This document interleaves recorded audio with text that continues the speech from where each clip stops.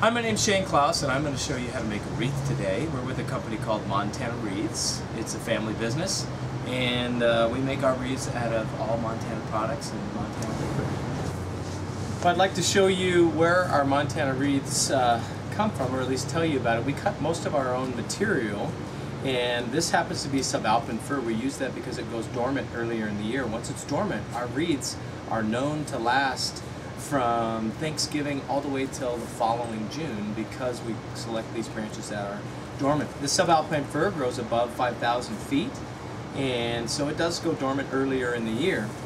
What I'm doing now is I'm gonna trim these branches into lengths between 8 and 12 inches that we can use in our wreaths.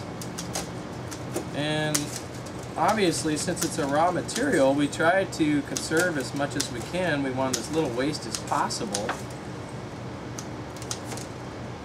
Places we cut our branches, we actually essentially farm the trees. We go up into the forest, we trim the tips of the branches of young Christmas tree-sized trees up to mature trees, and then in 2 years we can go back and trim those same trees again, and so it's a very sustainable process. We do have a little bit of waste, which you see here. We take this to a composting facility, they grind it up, and we use that in a compost that we make potting soil for our nursery business in the spring. I'm going to take a small handful. The key is to try to keep all your handfuls virtually the same diameter and length. We use the main branch being alpine fir to start with, and then we take some cedar pieces for texture and put on top. It's a very simple system. It works like a pair of pliers. You put the branches in the clamp and stuff on it. And if you have any excess, you cut the end off. Alright, so you've seen the first couple handfuls that we put in. The real trick to making a wreath is to try to keep it fairly even throughout. They do look nicer if they're bushy, so you have to find the happy medium and the right diameter that will fit in these clamp rings and still look nice and full. We don't want the clamp rings to show through the greenery, obviously, so we want to put a fair amount of branches in our hand. And the key to keeping them even is to line the branches up on top of each other so you have a continuous flow.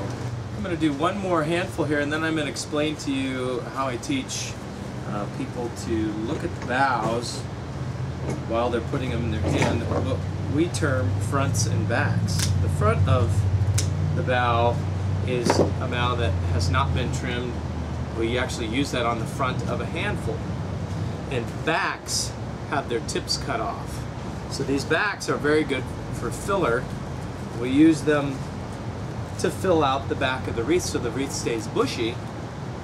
But if we used all backs, it wouldn't look very nice. So we save a few fronts to put in the very front. We're just about ready to finish our wreath. We've got the last clamp to fill here.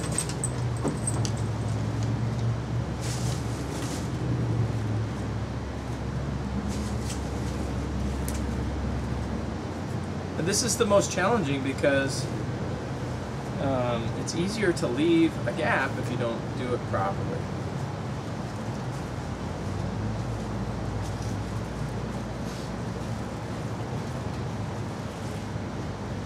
Put the clamp in the pliers. So you have to push up on the very first handful of branches you put in. Close it up.